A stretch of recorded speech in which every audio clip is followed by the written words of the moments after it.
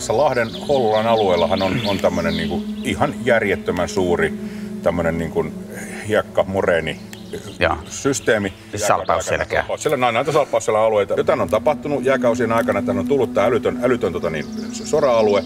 Ja sitten tässä on tietysti kallio alla, eli tässä on niinku mielettömän iso pohjavesiallas. Ja sitten on useampia tällä alueella, useampia tämmöisiä purkautumispaikkoja, ja tämä on yksi niistä. Ja sieltä se vesi painaa sen soran läpi. Eli tämä on sadevettä, joka on sinne altaaseen, tulee, se purkautuu ulos sitten.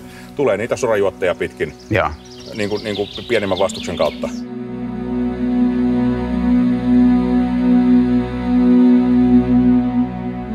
Lähteen varsinainen pää, se on aika syvä, siellä on 6 metriä vettä. Se on niin iso, että siinä noita kalojakin mahtuu olemaan. Ja sitten tässä on mahtavaa, kun tässä on tämmöinen harjun rinne, mistä tämä on. Ja tässä on vuosisatojen aikana kaatunut näitä puurunkoja tänne sisään. Ne puurungothan säilyy tämmöisessä vedessä valtavan hyvin. Ja sitten keskeistähän tässä on, kun tässä elokuvassa on just ideana, että tavallaan käydään tämmöisen pohjoisen unkrilaisen mytologian mukainen niin kuin veden kierto, joka sopii taas mun puolestani hirveän hyvin tähän, koska se on tavallaan myöskin tämmöinen niin kuin luonnontieteellinen vedenkierto. Tavallaan se vesihän syntyy täällä, se syntyy tuolta harjusta ja tulee tähän näin. Ja sitten se tästä lähtee liikkeelle kohti sitten järviä ja lopulta mertakin. Niin tämä on tosi hyvä paikka. Tämä on niin kuin maaginen paikka munkin mielestä, vaikka tiedemies olen.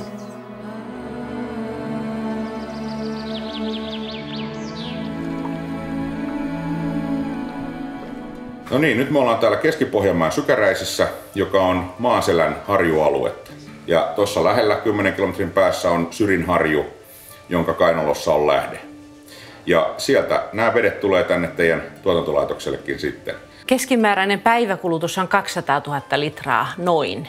200 000 litraa, se ei Kyllä. ole vähän. Lähde tuo veden luonnollisesti pintaan, mutta siitä se ohjataan putkia pitkin suoraan tänne tehtaalle. Voidaan sanoa, että tämä hyvä lähdevesi, ainutlaatuinen lähdevesi on pohjana kaikille meidän tuotteille. Ja me valmistetaan siitä erilaisia lähdevesipohjaisia juomia, noin 65 miljoonaa litraa vuodessa. Siltikin tehän ette suinkaan käytä tämän lähteen kaikkea vettä. Ei, että lähde on valtava luonnonvara, mikä meillä täällä on. Ainutlaatuisessa Suomessa, ainutlaatuinen lähde, ja siitä on tällä hetkellä käytössä 30% siitä lähteen koko kapasiteetista. Juuri näin. Ja teillä on täällä jopa julkisesti avoin uimahalli, joka käyttää tässä maavettä. Kyllä, täällä saa uida lähdevedessä. Se on aika mieletöntä. Siihen ei monessa paikassa maailmaa pysty. Me ollaan siinä mielessä onnellisessa asemassa, että Suomi tunnetaan puhtaasta luonnostaan, puhtaista järvistään ja puhtaista lähteistä. Juuri, ja sehän on parasta vettä, mitä tältä planeetalta voi saada, kun se tulee sieltä pulppuiselta lähteen silmästä. Joo.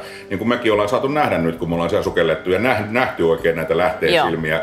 Ja niissä isoissa luonnonlähteissä saattaa uida taimenet, jotka on kaloina semmoiset, että ne on äärettömän vaativia. Se vesi pitää olla täydellisen puhdasta, muuten ei pärjää.